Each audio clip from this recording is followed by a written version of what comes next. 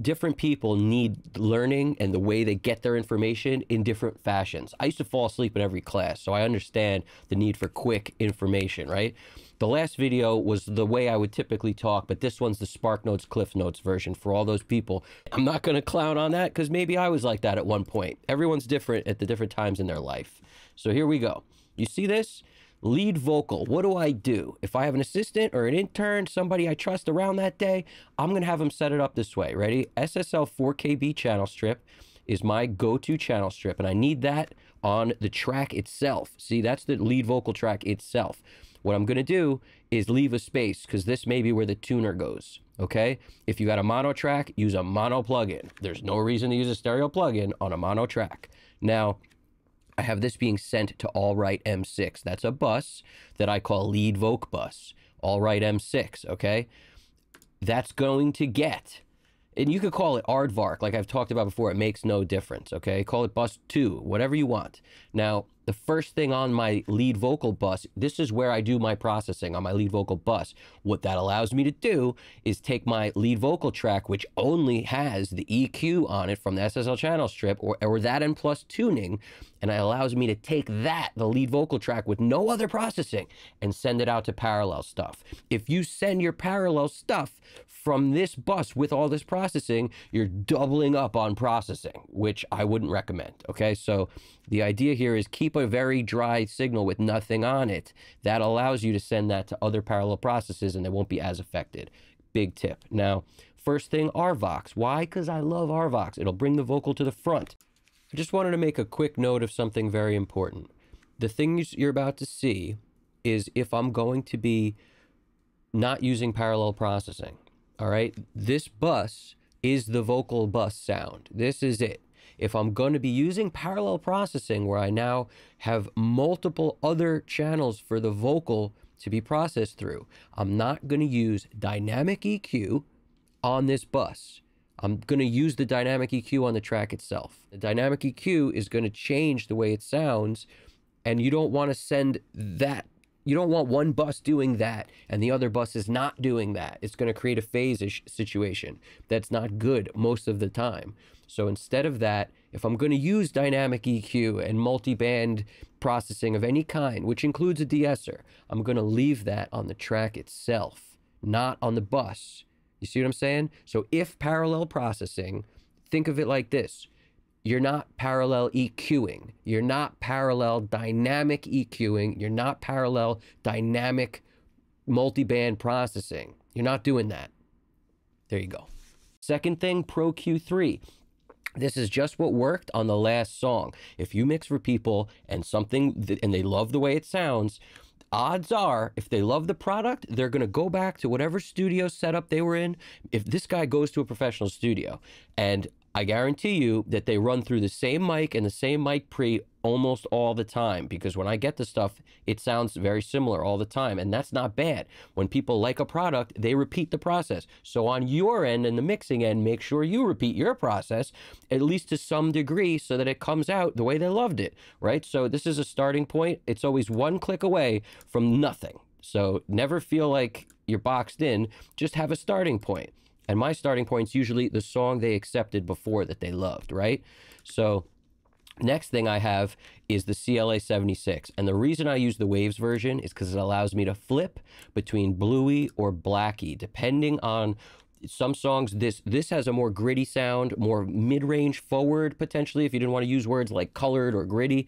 It has a sound signature, but to keep the attack and release the same and get a slightly cleaner sound, I could always flip to Blackie. You don't have this ability when you use the UA version, even though I love the UA version, maybe even a little more. I will use this to be able to have an option of, does this better or is this better? All right, and it will change the sound, so it's nice to use this plugin.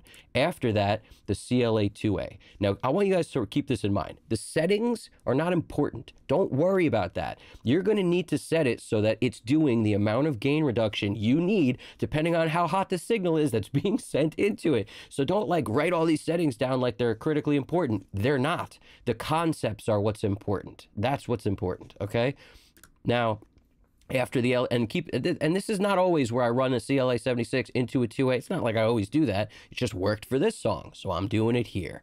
And again, it's not always on 4-to-1. Sometimes I go to 8-to-1. I've talked about in other videos. There's reasons, and there's, you know, check those videos out if you need to hear that. JJP vocal strip was on this one, and if you notice, everything is off except for the magic. The magic is like what a Mag EQ airband will add. That airband is like this shiny top end, and if you're, you know, wanting to give a song that, this particular plugin works very well. If you also notice, comp is practically off. De-esser is the only thing that's rocking, because I like the de-esser on this plugin. It's very like, you can't hear it. It's imperceptible. All right. Lows and highs, when they're at flat, they're 0. So this isn't a very big push in lows or highs. The comp on this is a very much like a kind of a cross between a 2A and a Fairchild, if I had to give it something. But again, it doesn't really matter what it is, right? It's just worked on this song. Now, Weiss DS is my favorite de-esser, and that will be, it's somewhere in this realm. Usually I have it like the vocal soft presets a starting point, and then I may lower the threshold, increase the range, things like that. But it's starting roughly 8K is where my de-esser, this de-esser is starting. The other de-esser has a tendency to reach a little lower, you know, that JJP one, which is why I like it. It's so imperceptible, and it reaches down to maybe 5K, 6K. I don't know. It's somewhere in there. It's kind of cool. So one will do like the and the other one will do, you know, that's the idea, okay? Now, X Noise is a plugin I love to start on this bus processing. Once you start doing all this processing, some people are over there like, oh my God, there's so much processing. Listen, once you start using processing, the noise is going to come up. You're going to get, if there may be some more analog noise, that buzz kind of, the shit we don't want, all right? You add this at the beginning. You mix into it. That way, you're never upset when you put something on like this because it's too noisy, and then your signal becomes like there's a cover over it. You'll never get that if you start with it. Then you can mix into it and make it as bright as you need to sound good, but you're still removing the noise. This concept applies to the mix bus the same way. You start with the mix bus on, you mix into it. That will allow you to not have to chase your tail when you turn stuff on at the end and the mix all of a sudden sounds totally different than it did the entire time you're mixing. I'm trying to mix consistently every day. So the point is, you can't chase your tail and expect to get done with a song in a day. It doesn't work like that. So you start with it on, you mix into it. And after that, I got my L1 limiter. Now, I've experimented with doing the X Noise last and the L1 limiter before it. Use whichever one you like. Just know you can do either one. What you got going here is, you know, the settings, like I said, aren't that important. But in this case, just for this setting generally won't change. That's why I'm sharing it with you guys. This -6 threshold, -3, and over in this realm of the release.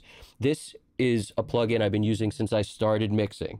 So because of that, I can't help but use it consistently because I love the way it sounds. And again, this is not like a FabFilter L2. It's not like the Oxford Sonox. So it's not like the limiters that are made for mix buses and stereo tracks. This is, like, in my opinion, more catering towards a mono track, like a vocal. So I love it on vocals. I generally will never pull this up on any other tracks, the L1. I love it on a vocal though, okay? So keep something in mind. There's no right answer.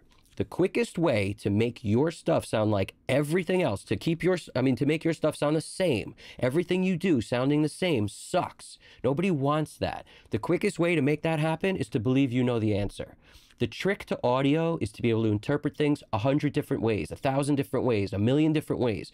Keep your mind open. That way, when you hear something you've never done before or something you may think is stupid shit, it won't matter, because you'll be able to accept the idea, you'll consider it, you'll try it, and that may be a springboard for some other idea you have that you would have never got to if you just discount and color out a big portion of what people say.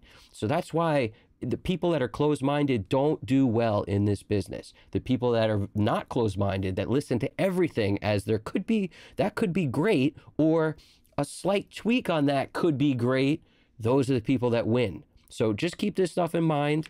You guys, leave a like and subscribe button. Hit the like, hit the subscribe button. What are we doing? More videos to come, like this style if you like, or the long form if you prefer that. All right? You guys got this. Piece of cake. Take it easy. Evan Jaffe, Custom Cut Studios.